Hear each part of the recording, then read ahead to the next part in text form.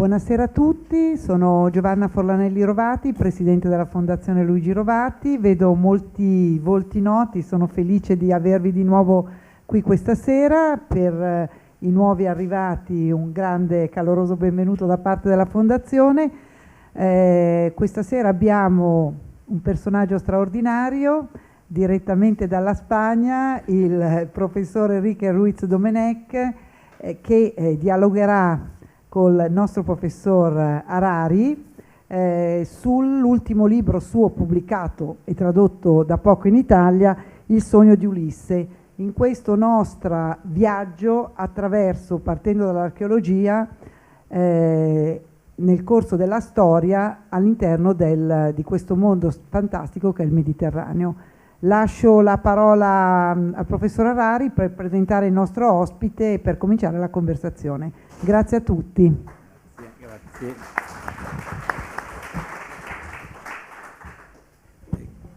Grazie alla dottoressa Fornarelli che ha reso possibile tutto questo. Io partirei proprio dal punto in cui siamo arrivati ieri. Ieri abbiamo condotto con il professor Schnapp una riflessione proprio sui meccanismi che mettono in moto la narrazione, qualunque narrazione, compresa la narrazione storica, che partono appunto dal confronto con la presenza o l'assenza, che è anche questa una presenza, di un passato attraverso segni più o meno afferrabili. E oggi entriamo nel vivo della narrazione con riferimento a questo spazio così cruciale che è quello del Mediterraneo antico e medievale, moderno e fino alla contemporaneità. E lo facciamo attraverso quest'altro libro importante che presentiamo oggi, che è questo Sogno di Ulisse del professor José Enrique Ruiz Domenech. Allora, il professor Domenech è un grande medievista, insegna storia medievale all'Università Autonoma di Barcellona, è da parecchio, dal 1986, il direttore dell'Istituto di Studi Medievali e della rivista Medievalia, membro di varie accademie, ricorderemo le Accademie Reali di Barcellona e di Catalogna, e importante e interessante da tenere presente, fa parte della commissione degli storici presso l'Unione Europea. Come vi renderete conto, se non avete già letto cose di Domenech, è uno studioso che si muove in una tradizione metodologica e culturale autorevole che ci riporta ancora una volta alla Francia. Sembra che queste prime due puntate siano una celebrazione, come è giusto che sia, della grande cultura francese della seconda metà del Novecento. Il riferimento è agli Annales e alle Annales, anzi, e a Georges Duby in particolare, che Domenech considera maestro e amico, con cui ha intrattenuto una via amicizia. Io l'ho incontrato una volta sola, Duby, a Pavia, molti anni fa, e naturalmente stiamo parlando di nomi centrali, no? nella riflessione storica europea. Domenech ha insegnato a Parigi, a Poitiers, a Firenze, a Genova, a Bogotà, in Messico. Ripeto, medievista, ma non solo, certamente nell'ambito degli studi medievali ha toccato temi fondamentali che riguardano gli ideali cavallereschi, i rapporti di parentela, le famiglie, la società, l'amor cortese e i vari aspetti dell'amore anche nel Medioevo. E in italiano abbiamo diverse traduzioni di opere di Domenech, il romanzo dello spirito della cavalleria, la memoria del feudale, la sfida dello storico, il gran capitano. Questo è l'ultimo prodotto, traduzione abbiamo verificato molto buona, molto soddisfacente, in una veste editoriale affascinante di una prima edizione spagnola dell'anno scorso, del 22.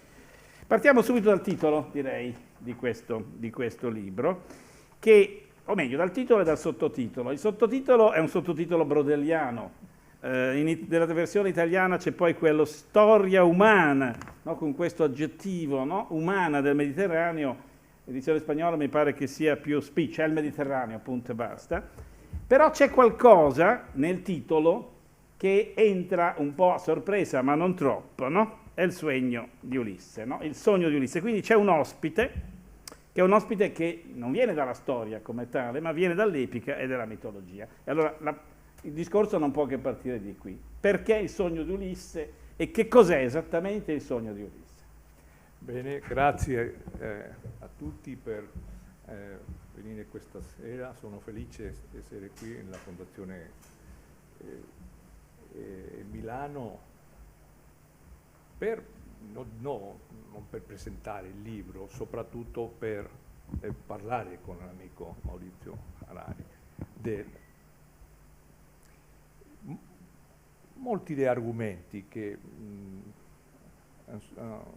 funzionano in questo libro, ma ha preso di sorpresa il primo, perché comincio con una evocazione epica di un successo che in un'epoca si pensava che era semplicemente una finzione. Poi sappiamo che è una ricreazione, o forse al di là, una recepzione di un fatto previo che un poeta ha vincolato per la comprensione di questa struttura di civiltà che è il Mediterraneo. E perché? Veramente è una risposta brodeliana, nel senso della risposta del figlio al padre. Io sento un po' sempre con la mia vincolazione alle Sannal che la risposta del figlio che pensa che il padre, in questo caso Brodel, che ha fatto questo grande libro sul Mediterraneo, era un libro che bisognerebbe una risposta. Era una sfida per tutti gli storici e questa risposta per me ha avuto 40 anni per farla, di maturità e forse anche di sensazione vitale, che la mia età già non se mi frega molte cose. No? O lo dico o non lo dico, questa era la questione. L'avevo detto in silenzio, un po' questa forma che facciamo i professori, no? In conferenza, in articoli piccoli, però fare un libro che diventa un nuovo modo di capire la lunga durata brodeliana e di capire di un altro modo il Mediterraneo, che non è tanto il Mediterraneo della struttura, dell'ordine economico, anche parlo molto della struttura dell'ordine economico, sino della gente del Mediterraneo. Io ho visto che il Mediterraneo è come un grande scenario e io ho preso tutta la gente e l'ho introdotto. Questa idea veramente è di Tolstoi, no? Questo è una guerra di pace, nel senso più profondo dell'espressione, un'idea di un romanzista. Però io non sono un romanzista, sono uno storico. E sono un storico sempre, perché non ho fatto un'altra cosa nella mia vita che essere uno storico. E sono contento di essere uno storico. E sono contento di arrivare alla mia età essendo uno storico, perché molte volte qualcun amico mio è diventato un romanzista perché ha detto no, nessuno mi leghe, no? Allora mi faccio un romanzista. Io no, io continuo a essere storico. Credo che la storia ancora c'è un mercato, la storia aveva una funzione sociale, un compromesso con la società. Allora, perché un fenomeno epico fino a un successo drammatico o tragico anche, o attuale, no? Che i sbarchi piccoli, no? Della immigrazione che viviamo, e soprattutto in Italia, no? Nel sud, no? E le isole piccole. Perché? Perché io sono convinto che di questo lo dicono oggi la gente giovane, questo mi fa molto felice, come i nipotini, no, che dicono al nonno, tu aveva ragione, allora questo sempre mi è piaciuto molto, questa idea. Io sono convinto che la recezione che abbiamo del passato, oggi si fa una ricostruzione profonda in molti ambiti, e nel mondo artistico, parliamo con Giovanna prima, e andiamo a dirlo in pubblico, no, questo privato, è una ricostruzione per dinamizzare l'arte, a fare capire l'arte antico attraverso la dimensione dell'arte che ancora non si è fatto. Questa gente che pensava a fare arte attraverso una recezione del passato. Questo è l'impulso del mio libro.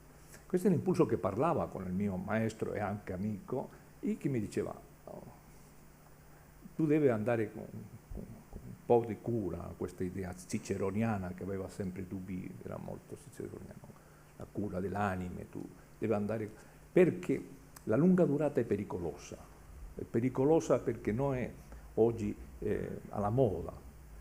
Finalmente nel secolo XXI è diventato un'altra volta la moda, dopo aver visto che la corta durata non spiegava bene il futuro che dipende del passato. Senza un passato chiaro, ben fatto per la storia, il futuro non aveva senso. Il nostro futuro, forse era un futuro coloniale, no? Della Cina o di qualcun grande paese che aveva una sicurezza sul passato suo. Allora questa recezione di tutta una storia e spiegarla diventa un libro che per me è diventato un libro strano, però fortunato, per questo sono come Ulisse. Io sono entrato nel libro come Ulisse è entrato nella epica, con un nemesis chiarissimo. Io avevo un nemico, non lo so chi è, perché era più facile nel mondo greco, Poseidon, il tuo nemico. Io avevo il mio Poseidone che mi fa perseguire la mia avventura intellettuale, come Ulisse fa la sua avventura per capire che significa il Mediterraneo. Allora, il sogno di Ulisse è questa struttura di fare la sfida contro il nemico, che spiegare bene che cosa siamo e che cosa vogliamo essere nel futuro. E per quello lo stesso che Omero ha pensato che era Ulisse, io ho pensato che sempre che è un momento critico nella storia, sempre ho citato Ulisse e il suo interprete. E nel secolo VII, VIII avanti di Cristo, Omero è l'interprete. E nel finale del 200 Dante è l'interprete, perché Dante è l'altro che parla di Ulisse. A principio del secolo XX è Jane Joyce. Al secolo XXI sono io. È così. È sicuro questo? Non lo so, forse 50 anni dopo qualcuno dirà sì, e questo ha fatto anche una confessione pubblica, no? In Milano, nella Fondazione Rovati. Sì, faccio questa confessione. È orgoglio? Sì. Hybris? No, avevo 55 anni di docenza universitaria, forse sono troppi. Avevo allievi miei che sono ancora maestri già, i più prestigiosi che io. Normalmente è così, no? Però posso dire che questo è un libro che aveva questa fortuna. Le diceva l'editore, no? La fortuna, per esempio, della versione italiana. È una versione magnifica, devo dirlo, perché questa idea del traduttore traditore, no? Che tanto le piaceva dire a Eco, è vera. È una visione magnifica, ha italianizzato il mio discorso, l'ho italianizzato, l'ha fatto meglio in italiano. Non è un libro tradotto, è un libro che ha fatto una versione per il pubblico italiano. e anche ha introdotto questioni di dettaglio interessante. Voglio spiegare uno perché è molto curioso. Pensava che tutto il mondo lo sapeva, ma Maurizio mi ha detto che non lo sapeva nessuno, lo spiego. Poi parliamo le fonti che utilizzano. Io utilizzo tutte le fonti possibili, tutti, perché credo che il mondo postmoderne deve la necessità di tutte le fonti possibili. Per capire, per esempio, la guerra di Argelia, ho fatto un film che non parla della guerra di Argelia, sino ha fatto un'ellipsi della guerra. E il cinema è un principio di recezione basico nel nostro mondo. Bene, per parlare del Risorgimento io ho fatto una lettura non soltanto di un grande romanzo, sino di un film, che è Il Gattopardo di Visconti. A me è piaciuto sempre molto, per impressione particolare, anche perché sono favorevole alla causa sempre di che Burt Lancaster è un grande attore, no? Come medievista lo posso dire, perché c'è un film del giovane Burt Lancaster che ha fatto in Torino, questa città inventata che si è fatto vicino a Torino sobre il Medioevo. In spagnolo si chiamava El Halcón y la Flecha, Falcone, ma che è veramente una lettura rivoluzionaria del Medioevo.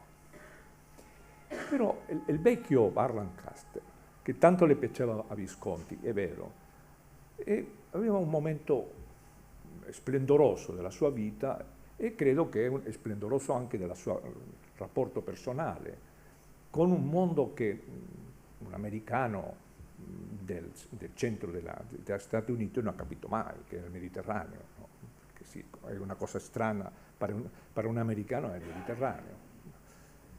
E fa che Visconti le fa ballare con Claudia Cardinale. Questo già la gente della mia generazione comincia, no, a avere questa idea che Federico Fellini ha fatto in Otto e mezzo, no? Sempre, ricordate, in Otto e mezzo sempre andava la Claudia Cardinale come un angelo, no, di impressione celestiale. Ma Fellini era così. Però Visconti, che non era Fellini, logicamente, e ha fatto questi balli. E la versione internazionale, che è quello che io avevo visto, è un ballo che ha preso il vals di Shostakovich. Questo pensava io, normale, Visconti era molto vicino a Shostakovich per molti motivi, ideologici, anche perché era un uomo formato nell'idea che la Sinfonia Leningrado di Shostakovich era la chiave per capire la risposta dell'Occidente all'invasione nazista della Russia, eccetera. Però la mia traduttrice ha detto sì, ma in Italia no. La versione in Italia del ballo è il Vals de Verdi. Ma non lo sapeva. Poi in questa edizione, come per Italia, si parla del Vals de Verdi. È curioso questo. Forse nel futuro qualcuno parlerà di queste due versioni e come ha fatto queste due versioni un uomo come Visconti, che ha detto ma ripetiamo il gioco. Allora, questa idea, no? Questa piccola idea, questa microistorica idea, è la mia concezione della fonte storica. Nessuna cosa posso dimenticarsi per capire la storia. Questa piccolissima è fondamentale, fondamentale. Sì, io in quel momento, lo avevo saputo in sua epoca, io avevo fatto lo che in America si fanno la storia orale, che arrivare a parlare con Luchino, perché tu hai fatto due versioni, come le ha fatto, e ha avallato la due versioni Burt Lancaster, ma ha convinto per farle Burt Lancaster. E questa è la ragione di questo libro. Come ballare il Mediterraneo, come fare in ballo, no? Finché fosse in maschera, come fare ballare. velocemente. Che ritmo? Tra un rock and roll del controllo o un twist degli anni 61. È così. Perché? Perché la scrittura di un storico del secolo XXI, secondo me, bisogna entrare in chi sono responsabili della scrittura della nostra epoca, che sono i romanzisti. Il mio libro non è un romanzo. Se fosse un romanzo, staria benissimamente considerato. Questa è una questione a fissare nella società, per questo lo faccio. È la mia sfida particolare al mondo attuale.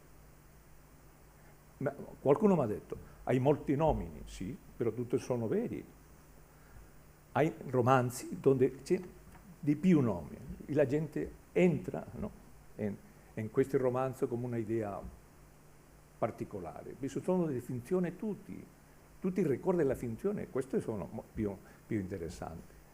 Perché io ho fatto una cosa che paradossica, che è il paradosso un po' il fondamento della nostra cultura, è parlare lo stesso, con la stessa intensità, di un personaggio bene conosciuto, Giulio Cesare, no?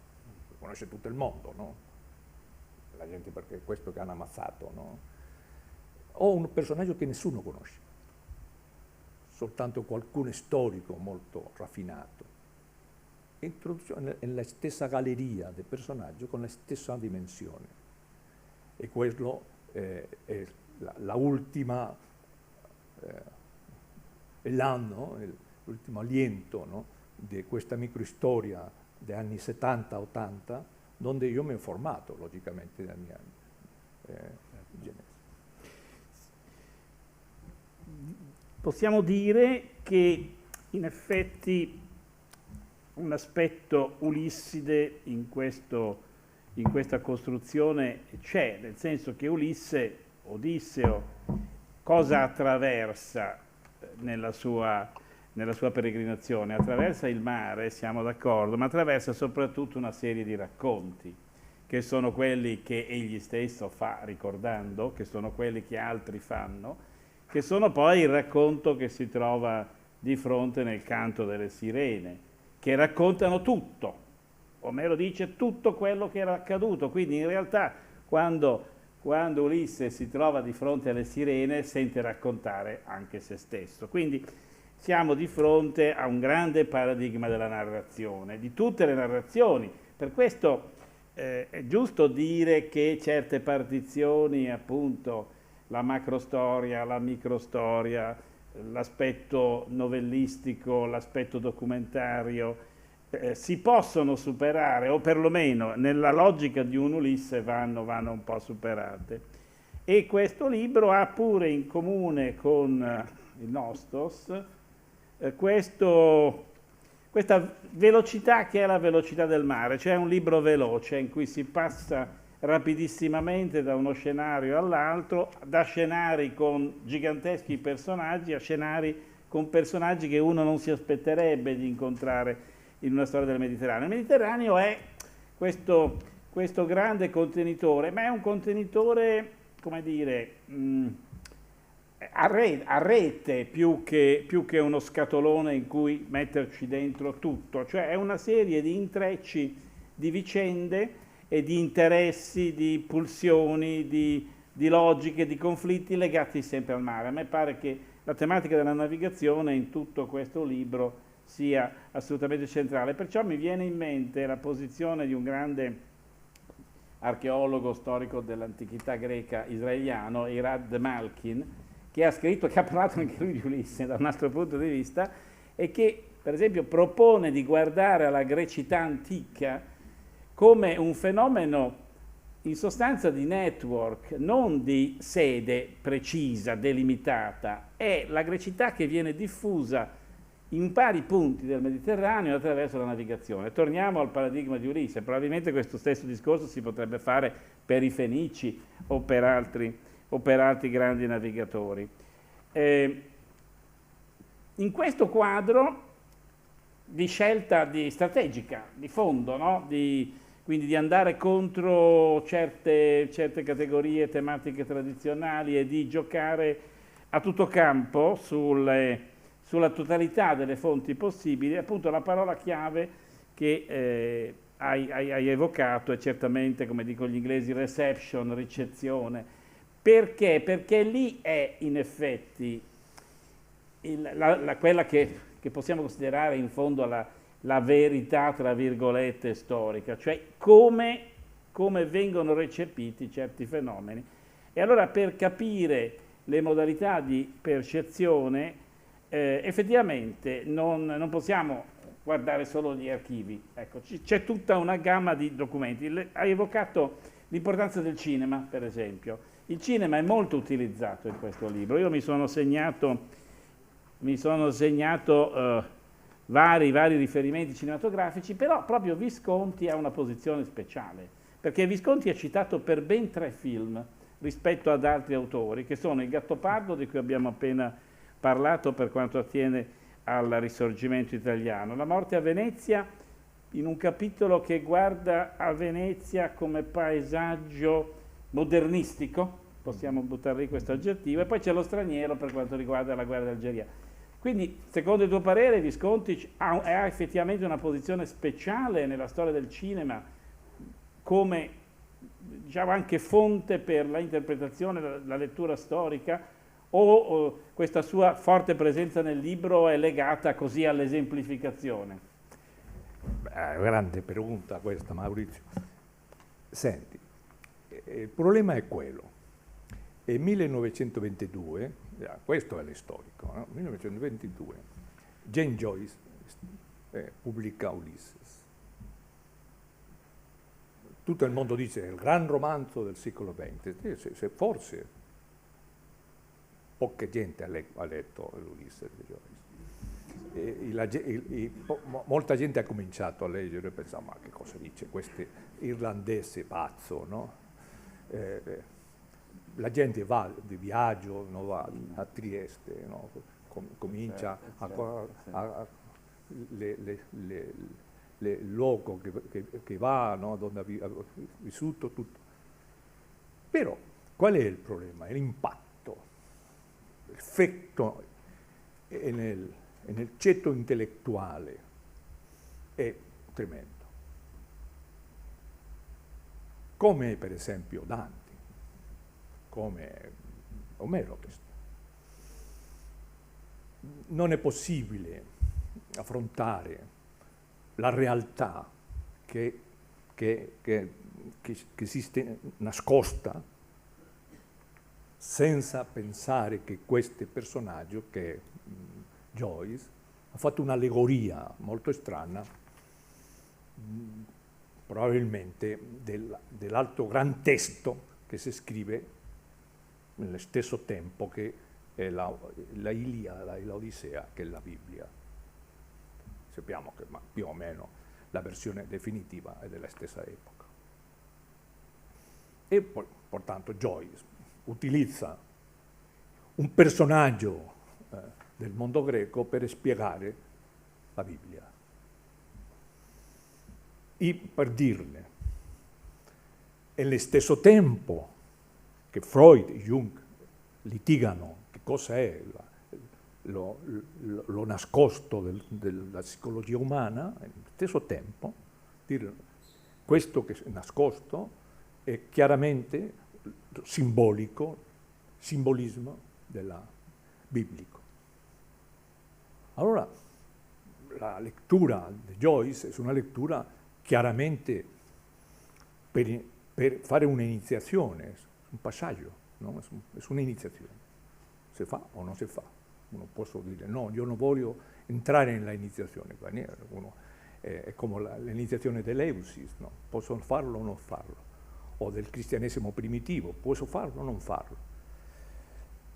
Quando io penso questo, vedo che l'impatto del 1922 è l'impatto del secolo XX, che arriva fino ad oggi, più o meno. Hegel diceva che tutto il secolo comincia negli anni 20, io non voglio dire contro Hegel mai niente, perché io ho studiato con Gianni Ippolite nel college dei giovani, allora pensavo, com'è possibile? Tanto contro il maestro, tanto no. Allora, qual era il problema nascosto? Visconti, che in quello era un hegeliano, che viene naturalmente dalla sua ideologia, però un hegeliano, ha pensato chiaramente che per interpretare le cose che non sono chiare, Risorgimento, la tensione che Thomas Mann pretende, la percezione di una persona che aveva un segreto vitale, Morte in Venezia, che è un segreto oggi ben conosciuto per tutti, e che la società ha vinto. Già non c'è un segreto, il 1922 era un segreto, anche un delitto pericoloso di dirlo, no? O questo prodigioso film sulla la morte, no, di un personaggio che aveva sentimento di colpabilità, no? Allora Visconti non è per me un riferimento. Visconti entra nello stesso gioco che io ho entrato. Questo è un giocatore dello stesso livello, più intelligente, logicamente più aristocratico, più milanese, no? Che io. Però le piace il cinema, a me mi piace vedere il cinema, non farlo, non seria capace di fare il cinema, almeno in quel momento. Però come storico penso che questo secolo, che è il mio secolo, 1922 fino ad oggi, la prima parte di questi primi 30 o 40 anni sono deformazione della memoria. Io sono educato no? La mia educazione è l'educazione che si è formato tra il 1920 e il 1940. Per bene o male è così. Poi è entrato io personalmente in questo livello, è entrato in una epoca dove tutto era convulso, però era convulso per capire le cose. E alla fine, quando uno aveva la fortuna, che diceva Platone, di fare la terza navigazione, questo è un libro di terza navigazione, che è un classico, perché Platone senza il sofista seria un altro filosofo. Io era morto, con il Covid, probabilmente non aveva scritto il sogno di Ulisse, e io seria un altro storico. Per quello arrivare a questa dimensione è quando è preso i giocatori che formavano parte di questa selezione intellettuale, e Visconti lo era, non tanto come esempio, sino come dimostrazione della possibilità di che veramente c'è un discorso nascosto per capire la realtà, perché la realtà del Risorgimento, la realtà di quello che Venezia perde con la sua scenografia modernista, o lo che va a succedere nel nord dell'Africa entre il 50 e il 60, che va a traumatizzare alla mia generazione, non solo perché io non sono filo francese per aver studiato in Parigi, sino perché c'è un prima e un dopo la guerra d'Algeria. Ora, tutti questi elementi per me è perfetto, e allora comincio a fare come la selezione, come fa un direttore di cinema.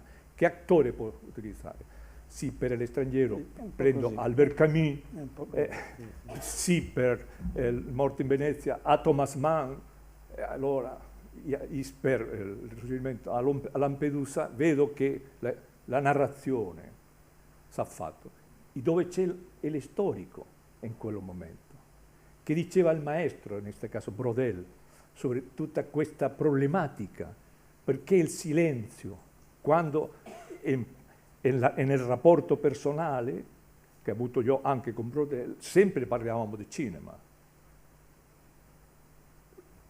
però mai in pubblico ha parlato e ha scritto. Soltanto un grande storico ha utilizzato un pseudonimo per parlare di cinema e di musica, che era Hobsbawm, che utilizzò un pseudonimo per parlare di quello che le piaceva, che era il cinema e il jazz. Però non con il suo nome, perché come professore in Cambridge non è possibile.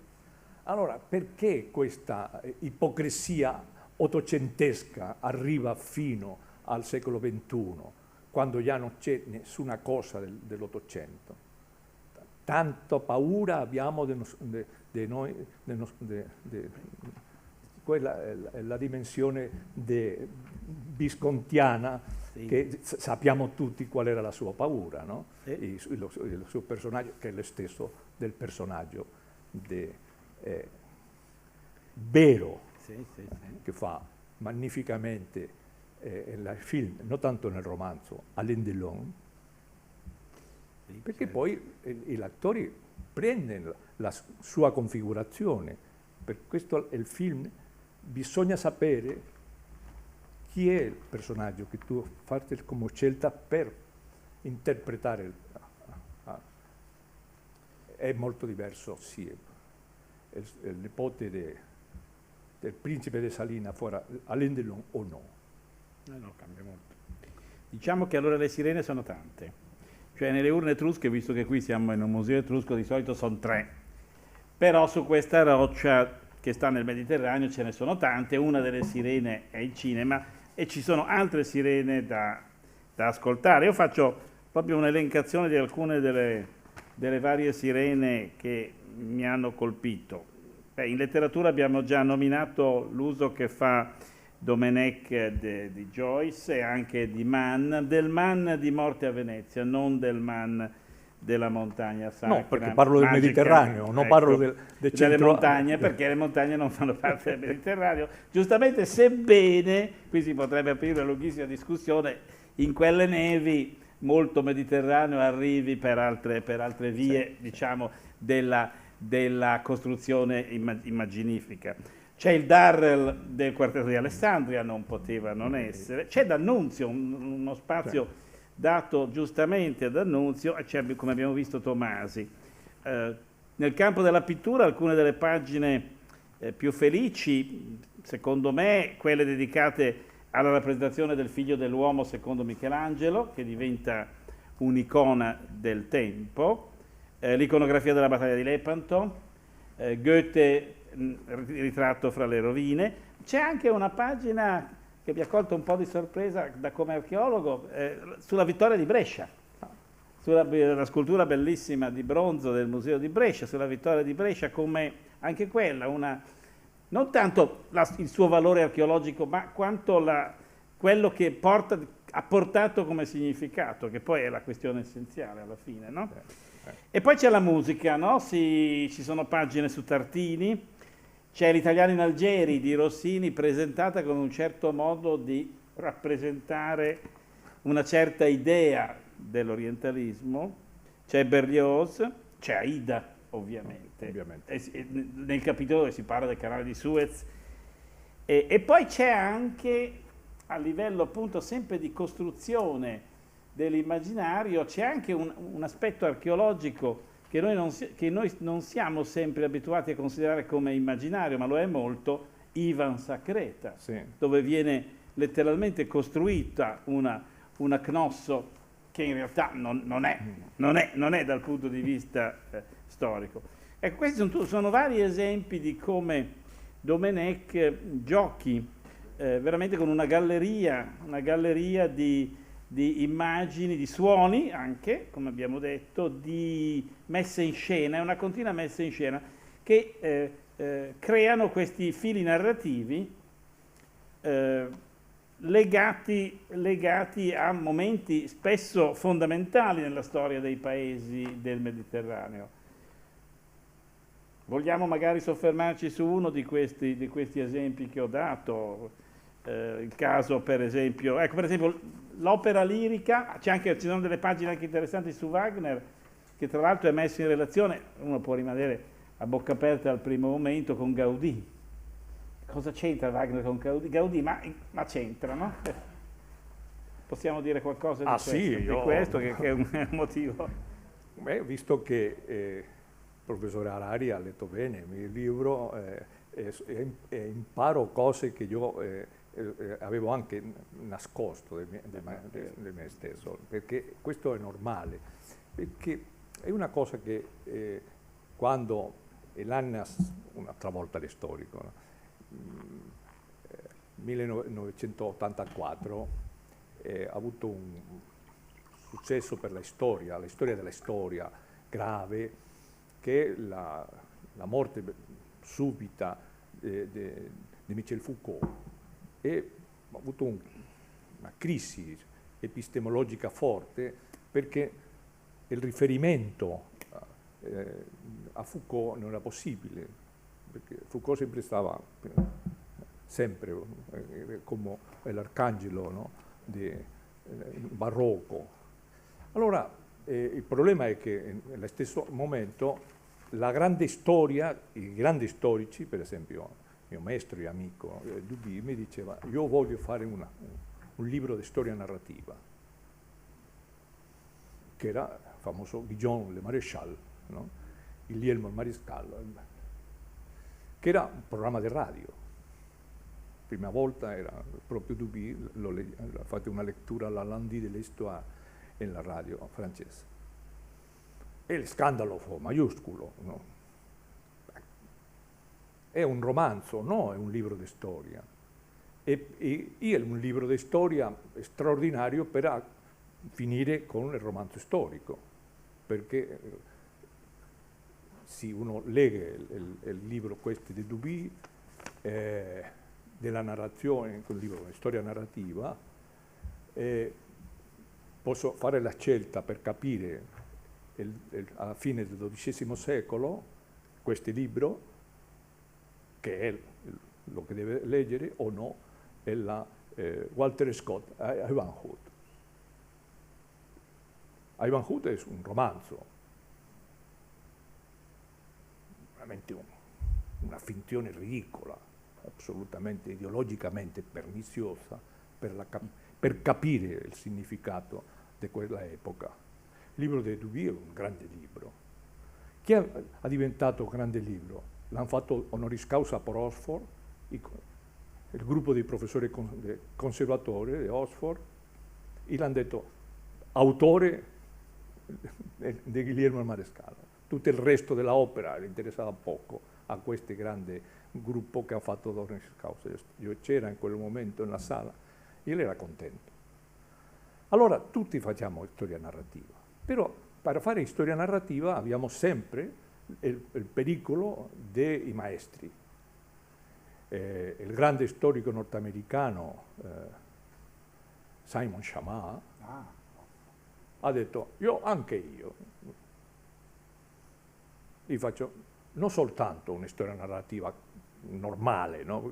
Schama sempre ha detto cosa extranormale, ha detto: faccio una biografia di Rembrandt. Le prime 100 pagine è spiegare una situazione di una battaglia. I maestri hanno dato contro Schama in un modo durissimo. Io pensavo, la storia narrativa è il cammino, è la strada, perché tanta critica è una critica polisemica, polideologica, faceva lo stesso della sinistra e della destra. Quando hai una unanimità significa che tu faccia veramente la rivoluzione. È come nel 1906 il mio parente lontano Pablo Ruiz Picasso, no, non era di Granada come io, sono di Malaga, che è vicina, no? Per questo, però vicina come Milano e Torino, che non si amano molto. Picasso ha fatto una rivoluzione nel 1906, ha detto: finita la storia dell'arte, comincia un'altra. hanno detto, che cosa dice questo malagueño piccolo? Aveva poi 70 anni per dimostrarlo, per fortuna per tutti noi, Picasso aveva vissuto tanto tempo. Uno pensa nell'arte contemporanea senza Picasso non aveva senso, perché l'ho fatto tutto, ho fatto, credo che 5.000 opere, 5.000 opere, ricordiamo 3 o 4, sono 5.000, sono molti, che significa che tutta la sua vita ha dedicato a lavorare. Allora, la storia narrativa, la seconda metà dell'anno 80, era la sfida dello storico. Allora, avevamo una regola, e questa regola è come se fosse un viaggio, ritorno alla tua percezione che è corretta, e bisogna entrare in le isole, e nel personaggio che ti illustrano, tu dici le sirene, no? E evitare il silenzio delle sirene, che è un concetto che spiegò una persona lontana del Mediterraneo, che è Franz Kafka, che concludo, faccio una coda, faccio una broma.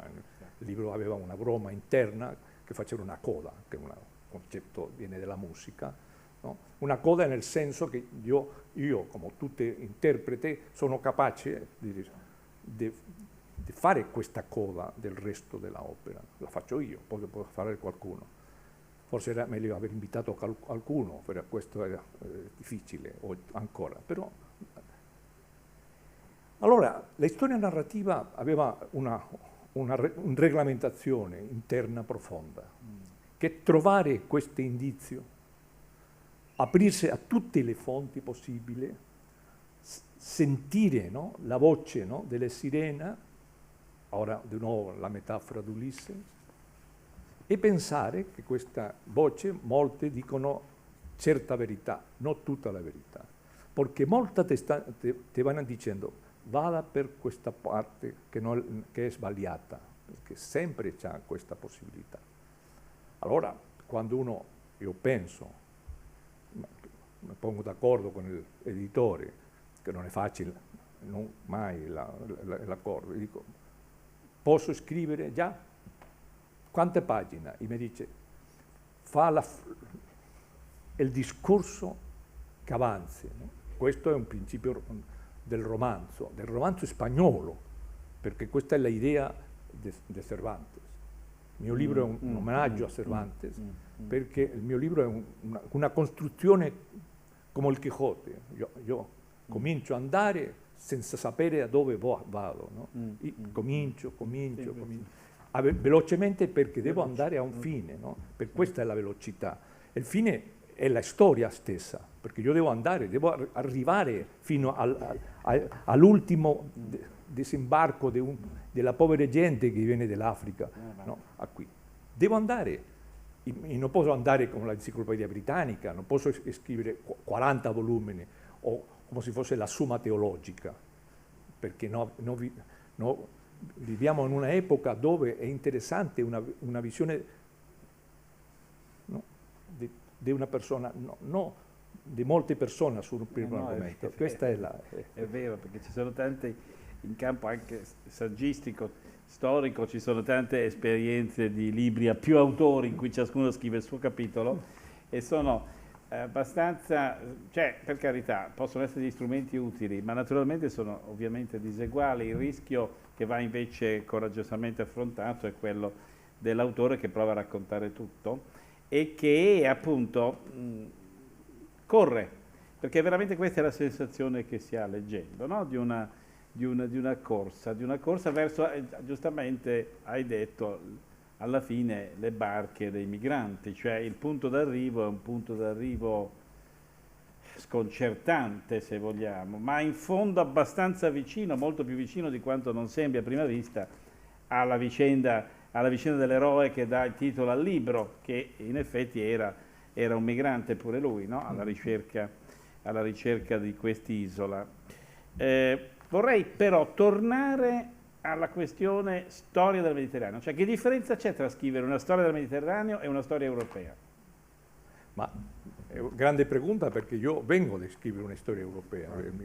L'ultimo libro è un libro sobre Europa, che è una saggistica sobre il concetto di perché Europa bisognerebbe, dopo un mondo veramente di convulsione interna, arrivare a creare una Unione Europea senza la capacità di capire che significa esattamente la Unione Europea. Però questo è seria un altro argomento, forse sì, la UTE le interessa il libro, se posso fare anche la traduzione, si sta ben fatta come questa del Mediterraneo.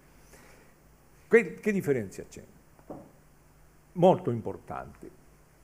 Europa è una costruzione politica che viene da un fracasso storico che è l'Imperio Romano. L'Imperio Romano è un fracasso storico. Motivi, non voglio entrare in questo perché questo seria laberintico. Anche tutti i grandi storici hanno fatto una riflessione su questo fracasso. È un strano fracasso storico l'Imperio Romano. Quando l'Imperio Romano crolla, senza che sappiamo molto bene il motivo,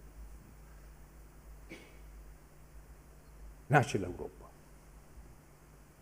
Al punto che l'Europa nasce con argomenti allo stesso come oggi di costruire un futuro guardando il passato.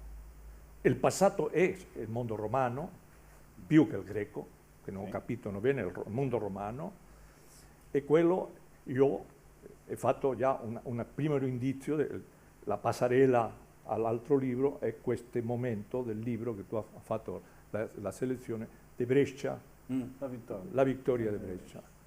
Perché mi è interessato? Perché l'Europa costruita per i Longobardi era molto diversa dall'Europa costruita per i Franchi. In una ucronia, peccato che l'Europa la costruisse i Franchi e non i Longobardi. Per due motivi. Perché i Longobardi lo costruivano le donne.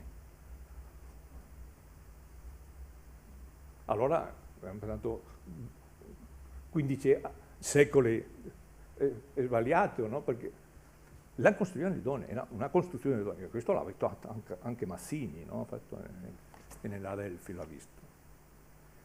Ora, il Mediterraneo non nasce da una derrota, nasce da un mito di costruzione che è il mito di come un personaggio che viene di una guerra che in sua vittoria e su derrota, che è la guerra di Troia, che è Ulisse, diventa un passaggio culturale dove la tensione non impedisce una cultura comune, dove la storia che si vede che è sempre una tensione, non evita la storia che non si vede, che è una storia di costruzione di un'identità. E quello funziona quando, per esempio, tu hai detto il caso greco, la Grecia, la grande invenzione della Grecia è la lingua.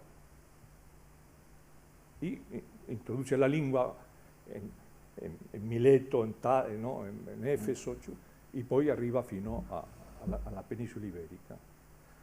La lingua produce un sforzo intellettuale di capire che cosa significa parlare con questa lingua, e questo comincia l'oratoria, che è il principio di pensare, che è lo che si chiama la sapiduria, che è la filosofia. Come no proietta la filosofia al pubblico, fa la poesia drammatica, che è la tragedia. E finalmente sappiamo chiaramente che avevano Nietzsche ragione, che l'origine di tutto è il nascimento della tragedia. Tutto sommato sì, possiamo dire.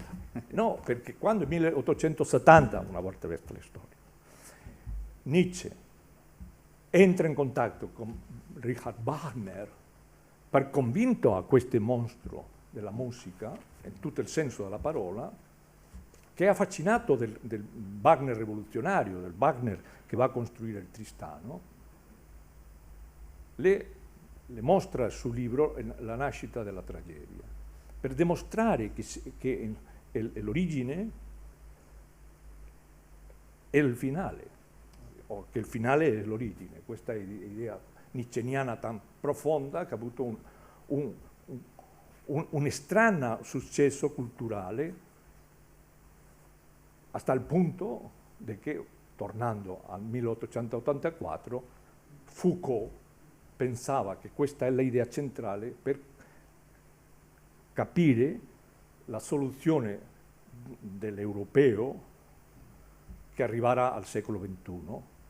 Il suo testamento è il terzo libro della storia della sessualità, che si chiama Les soucis de soi, che è un concetto ciceroniano. Allora, come si vede, quando uno utilizza il Mediterraneo come referenza, già non è come Europa, che è una costruzione per risolvere un problema, sino che il Mediterraneo è una costruzione dove il problema già sta risolto, e l'unico che bisogna è creare le condizioni culturali per fabbricare, no, per dirlo così, no, l'edificio culturale, politico, istituzionale, giuridico, eccetera, artistico, naturalmente, che questo significa. Per quello dico una cosa sorprendente, l'ho detto fa 2 anni, che era più rischioso dirlo.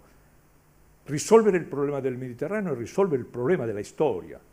Il problema non sta in Centro Europa, pese alla guerra di Ucraina. Hai un gioco di specchi, mentre che l'Europa, il Mediterraneo è la chiave, perché il Mediterraneo non risponde a un fracasso, risponde a una costruzione poetica del mondo. Per quello è la dimensione.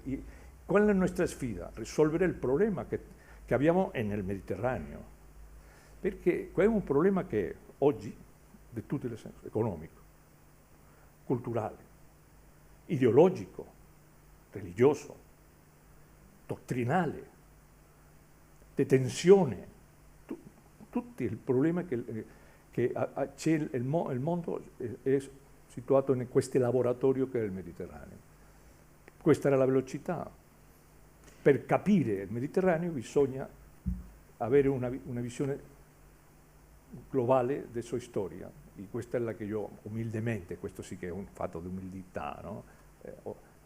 Faccio come offerimento, non soltanto al Mediterraneo, sino al mondo. Sono molto contento della traduzione al cino.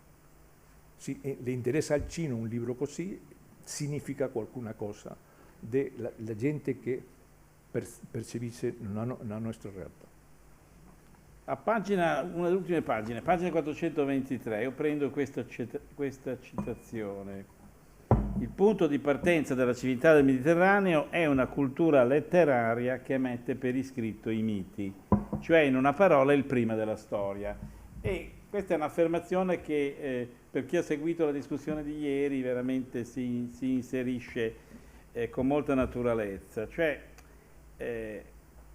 il punto di partenza della civiltà mediterranea è alla fine cominciare a scrivere, e cominciare a scrivere raccontando un passato che è perduto di fatto e che si cerca di recuperare attraverso il mito. Questo è proprio il tratto, diciamo, fondante dell'esperienza mediterranea, naturalmente nell'ottica, dobbiamo dirlo, occidentale, perché nel Mediterraneo ci sono anche altre ottiche ovviamente, però questo è alla fine il nostro punto di partenza. E il punto finale di arrivo mi sembra che, giustamente è stato evocato anche il nome di Nietzsche, che è molto presente in questo libro, e il punto finale, il punto di arrivo è in fondo l'esperienza modernistica che abbiamo alle spalle, che, scrive Domenech, desacralizza la presunta immobilità dell'eredità classica e demolisce la possibilità del ritorno del famoso Nostos di Ulisse, perché la sua proposta non si basa su una rinascita del classico, ma punta sul labirinto mitico delle culture recuperate. Quindi il Mediterraneo, nella tua visione, è un labirinto mitico di culture di cui cucire i fili, e l'unico modo per cucire questi fili è alla fine la scrittura, come fin dal principio, come fin dai tempi di Omero.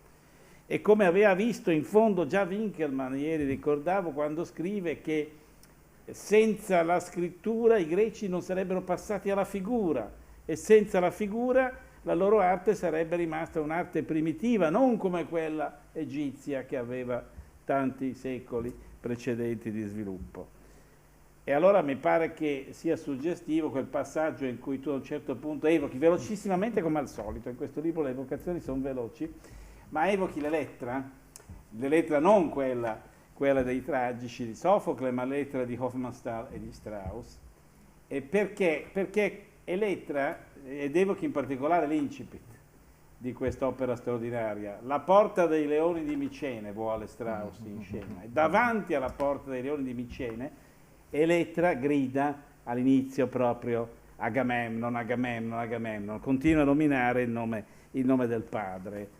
E quella porta lì che si chiude, che è chiusa, è in fondo proprio questa relazione col passato complicata, che va, lo dicevamo anche ieri, continuamente negoziata, non è stabilita una volta per tutte.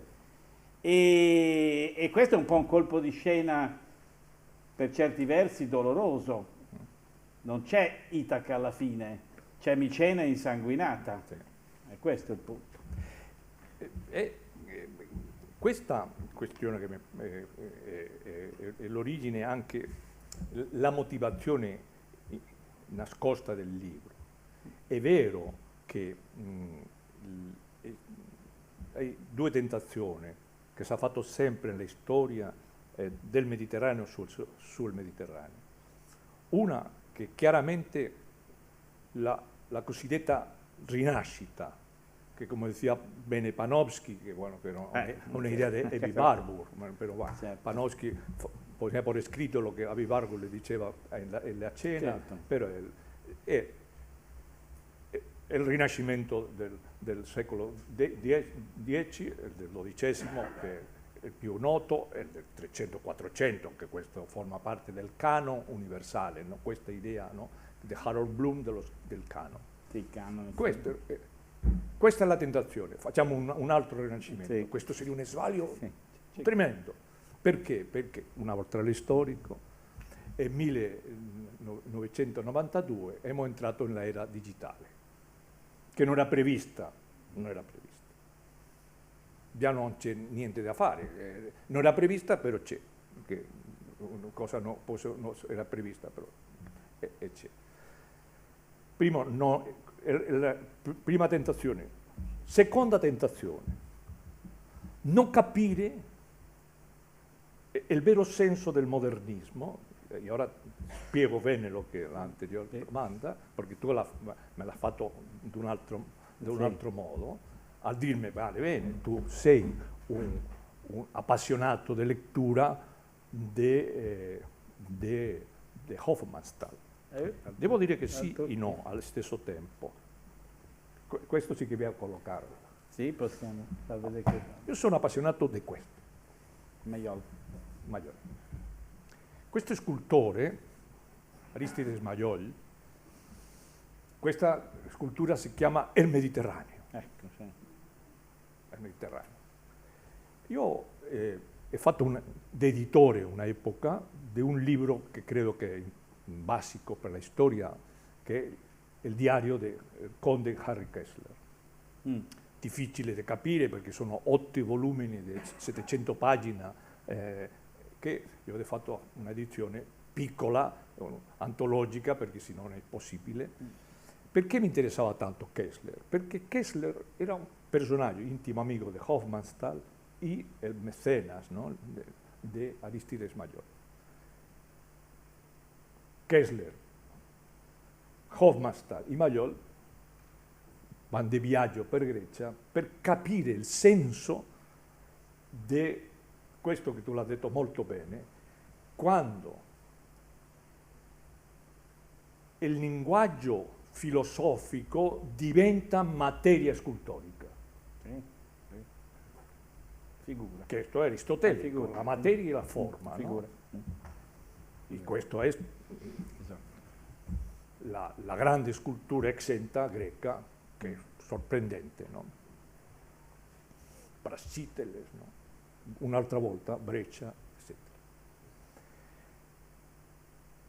Mayol è convinto per Hofmannsthal, che aveva una capacità di convincimento incredibile, e Kessler, che lo aveva nel senso economico, di dirle: faccio un'opera allo stesso livello, però modernista, dicendo: si deve iniziare, il problema sarà iniziare non un rinascimento.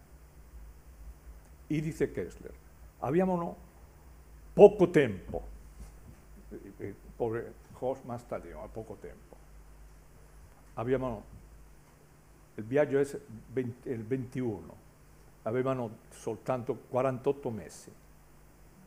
Il 23 è cominciato il festival degli anni 20-30, festival tragico per l'Europa, il fascismo in Italia, il nazismo in Germania, eccetera, e tutta questa possibilità è andata via. Allora, in quel momento ritorniamo, tu l'hai visto chiaramente, all'interesse, no? Personaggio come Richard Strauss, che tratta di capire la musica senza entrare nel livello del decafonismo vienese, prende distanza da Schoenberg, però allo stesso tempo voglio fare una musica che diventa,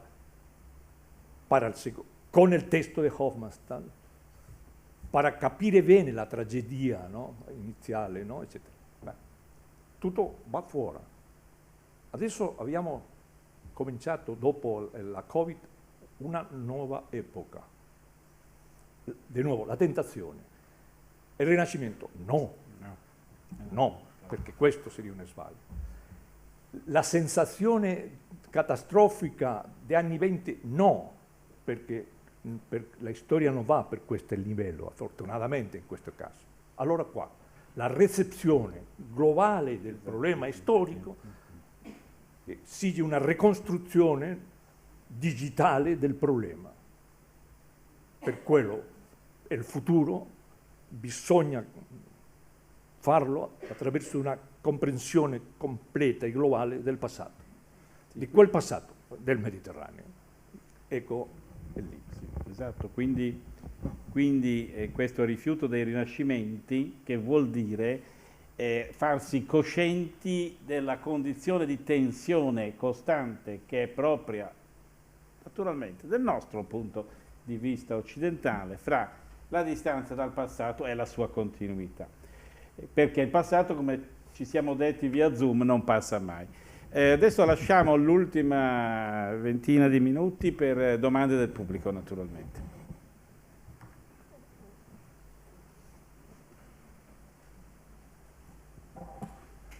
Una domanda sicuro, algún dubbio su Giovanna. tutto, dai Non tempi. so se è una domanda giusta, ma come sempre il professor Harari mi solletica.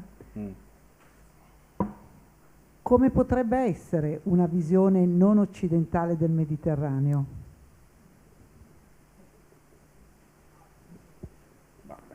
Ma in primo luogo, per esempio,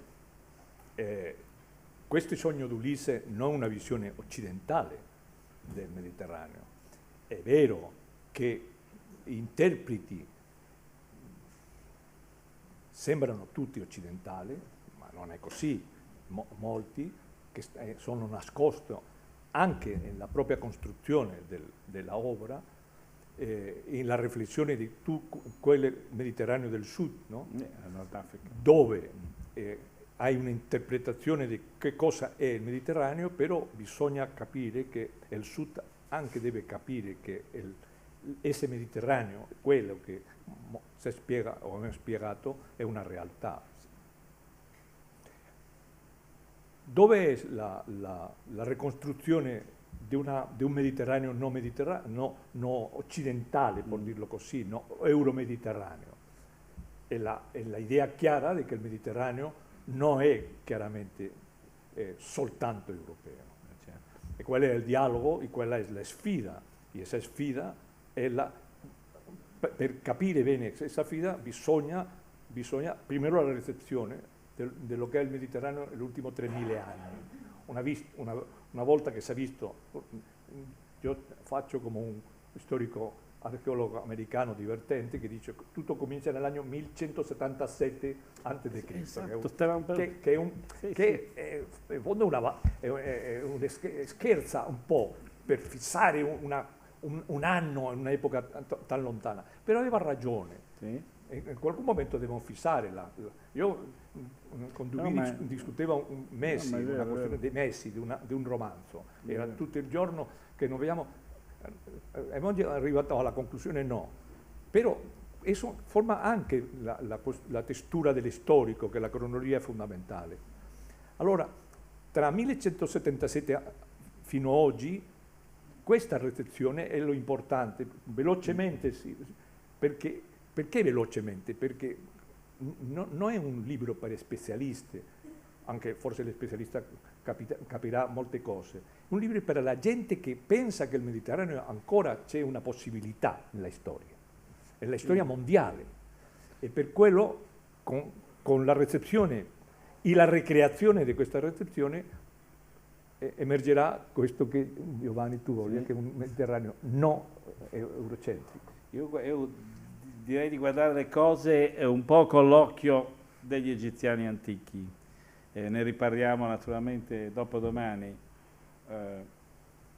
Popoli del mare è il termine che compare nelle iscrizioni appunto databili più o meno intorno alla data che il professore ha ricordato. E questo poi è il Mediterraneo, popoli al plurale del mare. Gli egizi non usarono un'etichetta etnica per indicare questi interlocutori, no? Li accomunarono attraverso l'elemento della rete del mare. E c'erano dentro tanti, c'erano i sardi probabilmente, c'erano i tirreni, c'erano quelli dell'Anatolia, c'erano i popoli del mare. E quella forse potrebbe essere la parola d'ordine, no? Per descrivere questa esperienza millenaria. Posso, sì.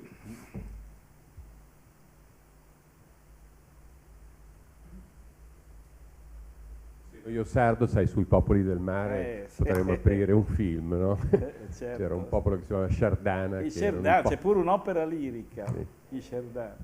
Ma delle molte cose interessanti che lei ci ha raccontato oggi, le faccio notare che per esempio una che mi ha molto colpito fra le tante è il distacco dall'Europa dal Mediterraneo.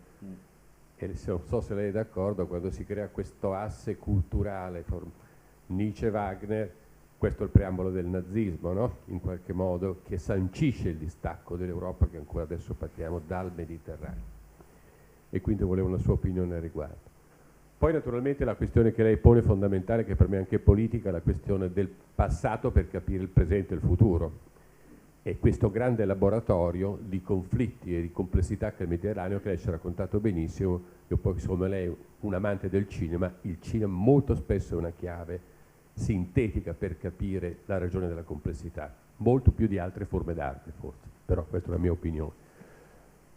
Naturalmente il passato per capire il futuro ci porta alla contemporaneità drammatica del Mediterraneo oggi, perché c'è un implicito in quello che lei dice, qui vengo alla domanda, che è una domanda anche politica se vuole, perché dentro il crogiolo del Mediterraneo c'è il grande conflitto tra i tanti, fra Oriente e Occidente. C'è un Mediterraneo occidentale e c'è un Mediano orientale.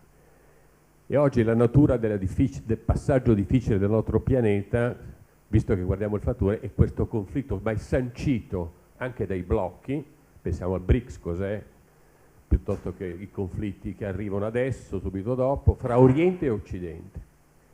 Allora la domanda è questa: il Mediterraneo, in mancanza di un'iniziativa politica qualsiasi dell'Europa, che non c'è perché è lontana dal Mediterraneo, infatti la vediamo, e io personalmente, essendo un vecchio italiano, ho delle nostalgie di quando l'Italia faceva una politica di mediazione nella complessità del Mediterraneo, e quindi vorrei sapere la sua opinione a riguardo. Ma adesso, con quello che sta succedendo nelle guerre del Mediterraneo, di cui un aspetto visibile, ma ce ne sono tanti altri impliciti nel Nord Africa, è naturalmente la guerra fra Israele e Hamas, che è una forma dell'antagonismo che si sta formando. Io penso che siamo di fronte a un passaggio drammatico in cui il Mediterraneo può diventare, anziché un contesto raccontato, un soggetto politico per mediare questa complessità, ed è la ragione finale del conflitto che arriva, che ha radici nella lunga storia che lei ci ha raccontato. Allora la domanda è questa: lei cosa ne pensa? E pensa che i soggetti che sono protagonisti del Mediterraneo, siamo in Italia, lei viene dalla Spagna, possono azionare una politica o una cultura di mediazione rispetto al conflitto che sta esplodendo, e lei lo vede forse come me, questo conflitto nel Mediterraneo, che è la culla del conflitto fra Oriente e Occidente? Cosa ne pensa di questo riguardo? Grazie, perché mi ha fatto prima una riflessione che mi interessa moltissimo e anche convido forse tutto, e poi mi ha fatto due o tre domande nello stesso argomento, che sono tremenda, però che va al nucleo duro del libro e anche alla sua flottazione, chiaramente. Con la questione del tandem Nietzsche-Wagner e del proprio crollo che aveva il rapporto tra questi due personaggi e su influenza negativa nel senso di una mala interpretazione, perché arrivano fino alla società segreta, che arrivano al nazismo, non c'è dubbio, però bisogna fare che il nazismo lo che fa è una lettura sbagliata, non soltanto della filosofia di Nietzsche, sino anche della musica. Proprio Barenboim ha dimostrato molte volte che secondo, o Pierre Boulez, che questo posso parlare perché ho fatto molte conversazioni con Boulez nel college, mi piaceva molto sempre, che diceva: come un medievista gli interessa tanto la musica contemporanea, non sapeva che io vengo dalla musica frustrata, no? Nella mia giovinezza io volevo essere musico e non storico, però qua uno diventa lo che sa. Io non avevo talento per fare musico, forse neanche per storico, però nel fondo l'idea di come, per esempio, aggiustare il Tristan o aggiustare il Parsifal, quando ha fatto Boulez, che era di tonalità, di cambio cromatiche, le note, eccetera, che è una cosa molto complessa, demontava un po' l'intenzione di Bayreuth che il nazismo aveva fatto. Però questo potremmo un giorno fare un dibattito interessante, perché veramente lo è.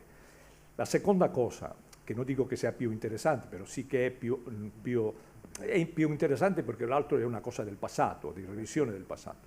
Però questa è una revisione del presente e del futuro. Questa idea sono completamente d'accordo. Il Mediterraneo diventerà un soggetto politico, deve arrivare a essere un soggetto politico. Io vengo da Barcellona e io ero presente nella famosa conversazione in Barcellona, nell'Istituto della Mediterranea, dove formava parte un po' dell'equipo del BOAR, no? E quando si è fatto questa dichiarazione, io le ho detto al Presidente: è precipitato perché no, abbiamo una storia del Mediterraneo. E mi ha detto: sì, te non la de Brodel, no? Brodel non spiega il Mediterraneo, Brodel stablece un marco interpretativo per arrivare a capire perché il Mediterraneo diventa un conflitto entre l'imperio turco e l'imperio spagnolo. Questa era l'ossessione di Brodel, che l'ha fatto benissimo, però solo questo.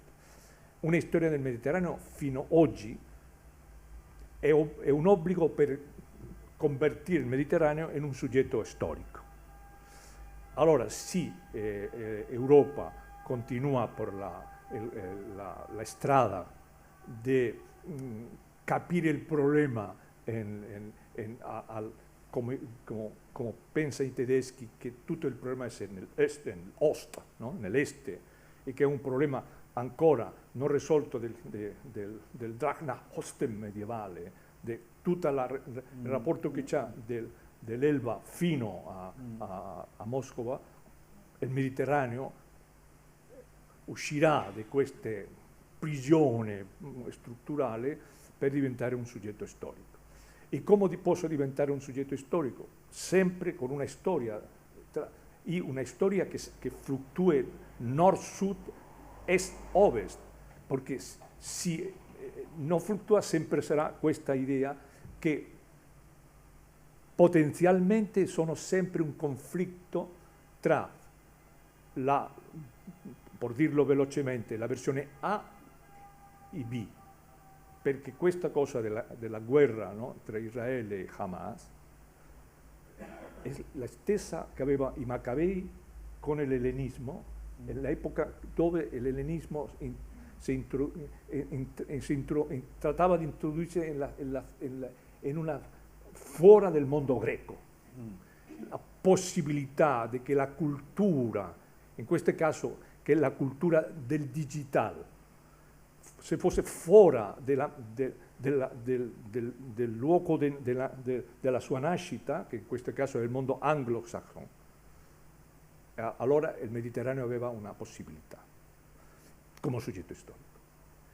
E quello che significa, uno, arrivare a trovare una soluzione culturale attraverso la sua storia propria, non della inserzione di storia lontana al Mediterraneo, dove sempre ha avuto un problema. Per esempio, io sono medievista, il grande problema nel Medioevo del Mediterraneo fu quando è entrata la cultura normanda, che è arrivato per un problema puramente tecnico per il papato e l'impero. E hanno entrato in Italia creando una struttura di disastri, tra di loro la divisione d'Italia in due parti, no? Che ancora continua. Questa è un'idea normanda, no? Cioè, il sud non aveva niente con il nord, ma me lo dice, non so qual è il motivo. Noi siamo centroeuropei, cosa ma più strana, e anti-risorgimento, no? Certo. Anti-risorgimento, anti-Visconti. Allora,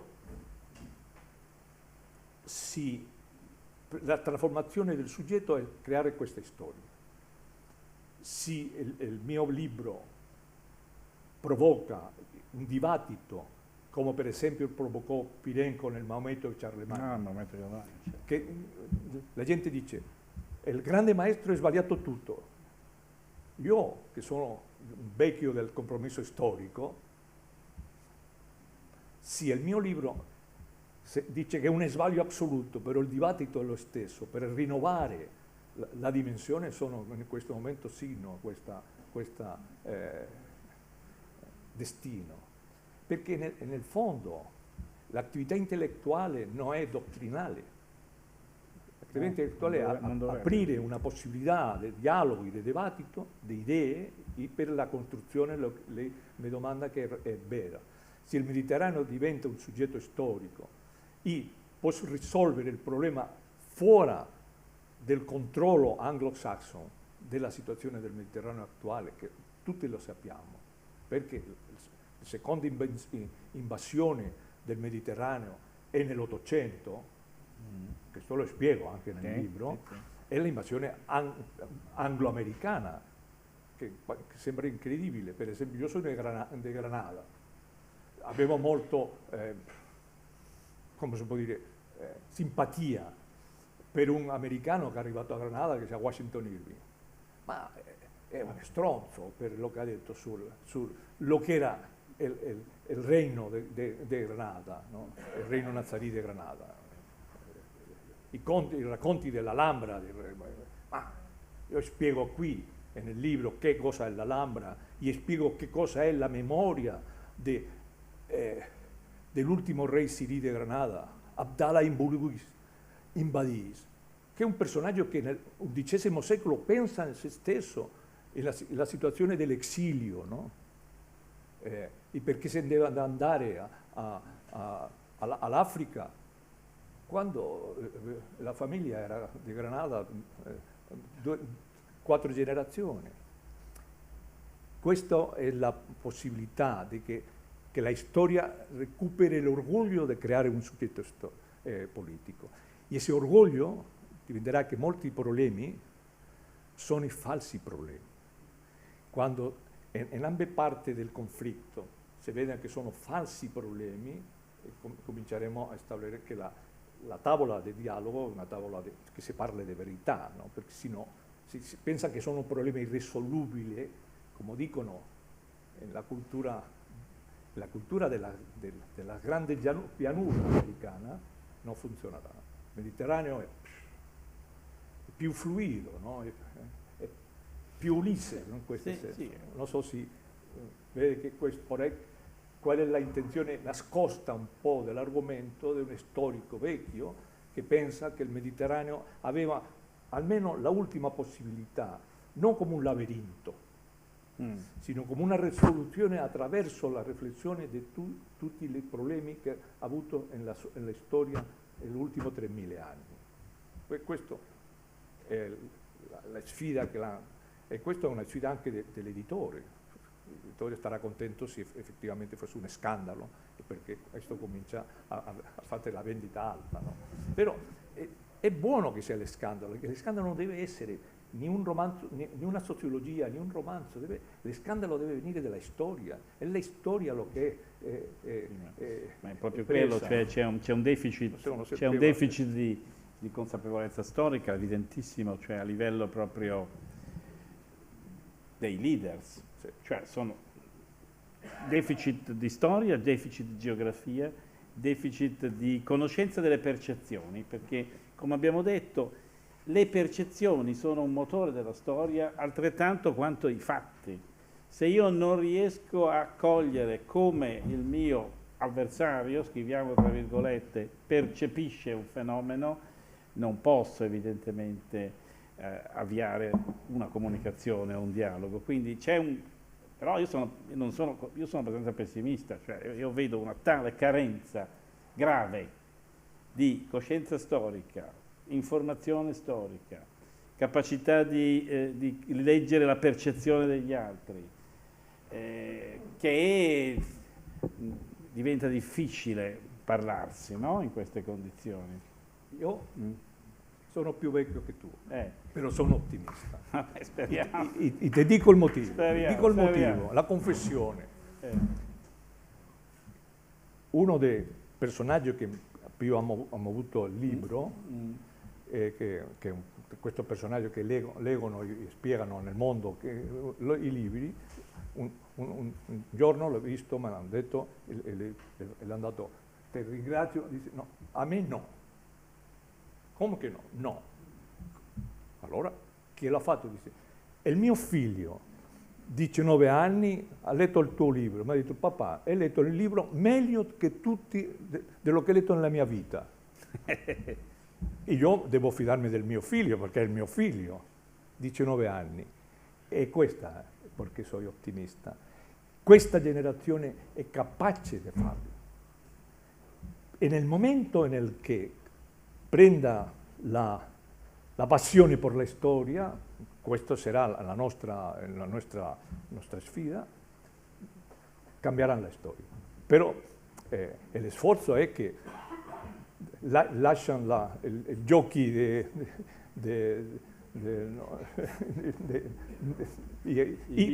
legano, possono leggere también la versione, no? Certo. Però la lettura della storia di questa generazione e nel momento che vedano che non la storia che hanno spiegato nella scuola, questo molte volte me lo dicono, no, ma questa storia sì che mi viene interessato. Allora, questo è il problema. La resistenza non viene della generazione, viene della istituzione, viene della sistematica, della pedagogia, dell'interesse del capitalismo maduro, questo è un concetto habermasiano, però è vero, no? Non si libera la storia come elemento di liberazione. Così deliberazione di questioni che sono gravissime in quel momento, perché a zona del Mediterraneo la gente si ammazzano, non è semplicemente un problema divertente, non un dibattito tra tu e mio, no? Che è una cosa puramente scolastica. Se la storia entra a formare parte del soggetto politico che lei mi domanda, e veramente cambierà a una velocità straordinaria, ha una capacità di illuminare. Tu devi pensare, questo deve il sindrome di Walter Benjamin. Sì, qualcuna volta lo avevo quando vado a Conjure, e questo sindrome di Walter Benjamin quando diceva no, bisogna entrare nella illuminazione che le storie funzionano. Sì, magari farsi legare all'albero della nave pur di tenere gli occhi e le orecchie aperte. Questo è muy de Dante, por altro. Muy dell'Ulisse Però è un de Dante. prezzo, non star legati. L'alternativa è imbarazzante. Algún giovane... Allora c'è un'altra mano alzata. Vi faccio una domanda molto concreta e molto semplice. Forse sarebbe meglio... Le faccio una domanda molto, molto pratica, molto semplice. Forse sarebbe stato meglio farlo al suo direttore, ma io sarei interessato a sapere chi è il cliente target, se lei se l'è posta la domanda, per chi scrivo il suo libro. Le dico perché. A me piace leggere, piace la storia, lei ha fatto dei collegamenti meravigliosi, ha fatto vedere l'arte, la filosofia, la storia che diventa arte. Io da solo mi sarei impaurito, nel senso che ha fatto riferimento a James Joyce e io sono uno di quei milioni di cittadini che non sono riusciti a finire Gente di Dublino, ci ho provato. Ha fatto riferimento a Thomas Mann e forse perché ero giovane, ma è stata dura arrivare alla fine. Quanta fatica il target che ha in mente lei, questo giovane magari digitale, dovrà fare per leggere il suo libro e poterlo gustare? Ma pensa che uno arriva a un'età dove la fatica e lo sforzo non è importante, lo importante è che vive. Io quando mia generazione va morendo perché è normale, no? Il corpo non sta all'altura dell'anima, questa è un'idea molto mediterranea, no? Il corpo non sta all'altura dell'anima. E lo sforzo, chi me l'ha fatto? No, io ho ingagnato all'editore, però sembra che l'inganno va in evoluzione. Perché?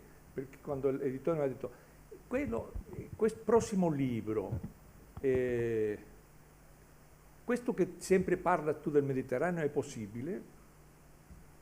Contratto, perché io sono vecchio genovese in questo senso, bisogna un contratto notarile? Sì, allora comincio, mi rifugio e l'ho scritto per tappe e molti posti.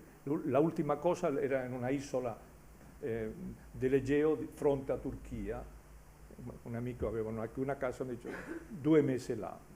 Era perfetto perché era la frontiera, no? La frontiera, e visto chiaramente un po' questa aria e questa atmosfera. Non importa, in realtà lo storico non nasce, lo storico si forma attraverso una complessità di lettura dell'ufficio, molte volte del mondo accademico, no? Io arrivo troppo giovane a ordinario e questo sempre è una cosa buona e cattiva allo stesso tempo, no? Buona perché aveva molto tempo e cattiva perché ma no, io non farei niente, nessuno, perché uno posso perfettamente non farlo, no? Perché l'Accademia se lo permette. Io sono ottimista con il futuro, non sono un pessimista, nel senso che credo che la generazione si libererà del peso e utilizzerà il digitale per lo che realmente è, no? Digitale lo realmente è. Quando veda chiaramente che, per esempio, nelle scuole di elite si fanno gli esami con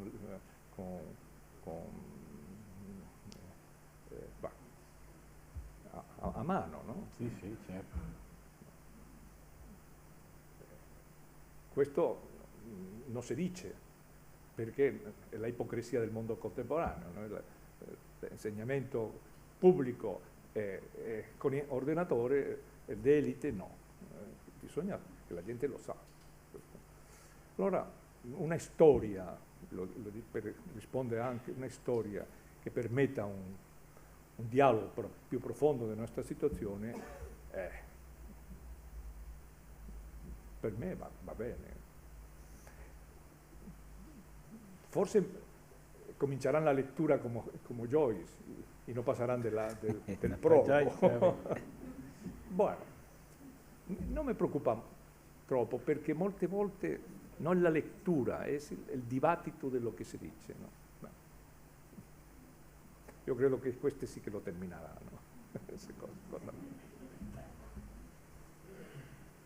A proposito di Joyce, mi hanno trascinato a una di quelle giornate quando si riuniscono rievocando Joyce, gli uomini si vestono, si mettono i baffetti come lui, eccetera, e qui in serie di conferenze mi hanno costretto a dire di qualcosa sull'acqua nell'Ulisse e gli Etruschi.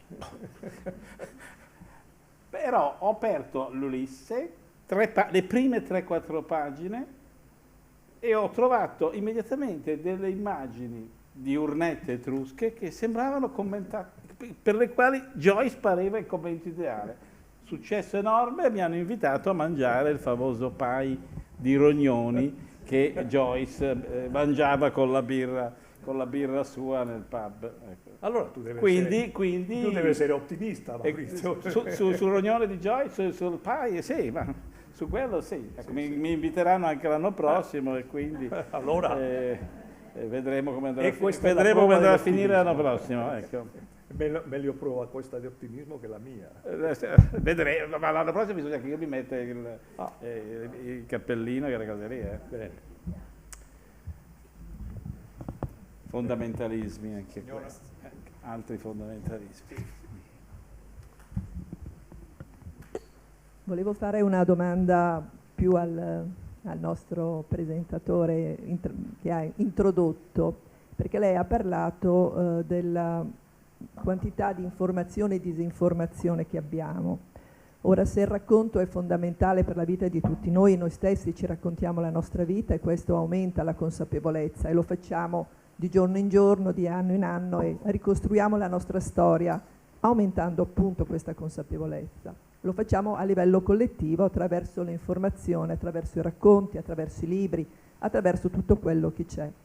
Ma se c'è all'interno del nostro racconto una possibilità, che quella che Severino chiama l'errare tra i nostri ricordi, errando, proprio perché produciamo un falso ricordo, e questo è insito nel racconto di ognuno di noi, mi sembra essere il problema fondamentale della nostra epoca, proprio per questa sorta di quantità terribile di informazioni che arrivano, ma soprattutto di malinformazioni, di mal racconti, dove arriva il dolo, arriva la cattiva intenzione di darci informazioni comunque non corrette e non complete. Come può questa quantità di disinformazione portarci a una consapevolezza tale per il quale potremo arrivare a una soluzione di questi problemi? Beh, qui viene fuori la questione in fondo in sé non nuova, anche se è nuovo il bombardamento di informazioni che abbiamo quantitativamente, ed è il problema evidentemente che diciamo dall'umanesimo in poi ci si è sempre posti, cioè il controllo, la verifica, l'esame di ciò che viene proposto come documento, perché ci sono i documenti e ci sono i documenti falsi e quindi ci vuole un esercizio critico. Direi che è stato l'umanesimo a stabilire l'avvio di questo processo alla fine di raffinamento anche degli strumenti critici, che ha raggiunto il suo sviluppo più consapevole nell'età dei lumi. E poi naturalmente c'è stato tutto l'Ottocento. Noi stiamo perdendo un po' questo, cioè in questo senso dobbiamo guardare a questa, una parola che può piacere di più o di meno, ma che resta sempre fondamentale quando diciamo filologia. La filologia non va persa, la filologia è un valore, perché è quella che ti può far smascherare il documento ingannevole, è quella che ti permette di individuare di un testo la versione la più vicina possibile a quella che uscì dalla mente di chi lo scrisse. Quindi sì, un altro dei deficit forti del giorno d'oggi probabilmente è un deficit di filologia in questo senso costruttivo del termine, non nel senso dell'esercizio del gioco di società sulle parole, ma la filologia come verità della parola, perché la parola naturalmente ha tante valenze, la parola è straordinaria perché può salvare come dannare, può consolare come ingannare, può dire cose vere e cose false. Alla fine si torna sempre lì, no? Cioè veramente in principio la parola, e la parola io l'associo all'immagine, inevitabilmente, no? Perché la parola ha un riscontro, produce le immagini sono spiegate dalla parola, quindi c'è un nesso proprio originario, quasi voglio dire protostorico tra la parola e l'immagine, e anche l'immagine può essere un inganno. Però il gioco dell'intelligenza è quello lì, con gli strumenti adatti, perché non è un gioco da persone naive questo, è un gioco che richiede l'intelligenza e richiede gli strumenti. Allora il mestiere, come si diceva anche ieri, il mestiere che facciamo noi è proprio quello di raffinare questi strumenti e di usarli il meglio possibile. Ecco, se questi strumenti critici vengono usati bene, allora sì che posso essere ottimista, nel senso che possiamo contribuire per quello che possono fare i cultori di scienze umane, che sono quindi poco operativi dal punto di vista della trasformazione del reale, però quello che noi possiamo fare è aiutare la gente a non farsi ingannare. Può bastare?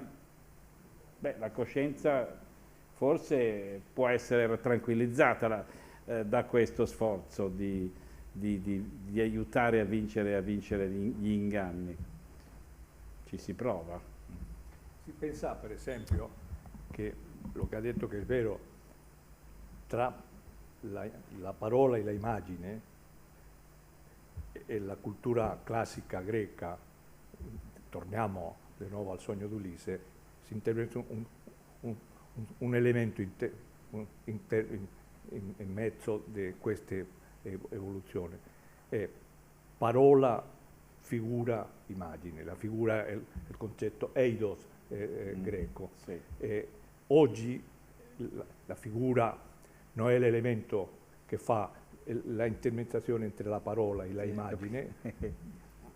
Ci ritorniamo alla figura, che è un'idea che anche pretendia Panofsky, ha anche scritto un libro sul tema della figura, è un sbaglio, perché questo di nuovo è il Rinascimento.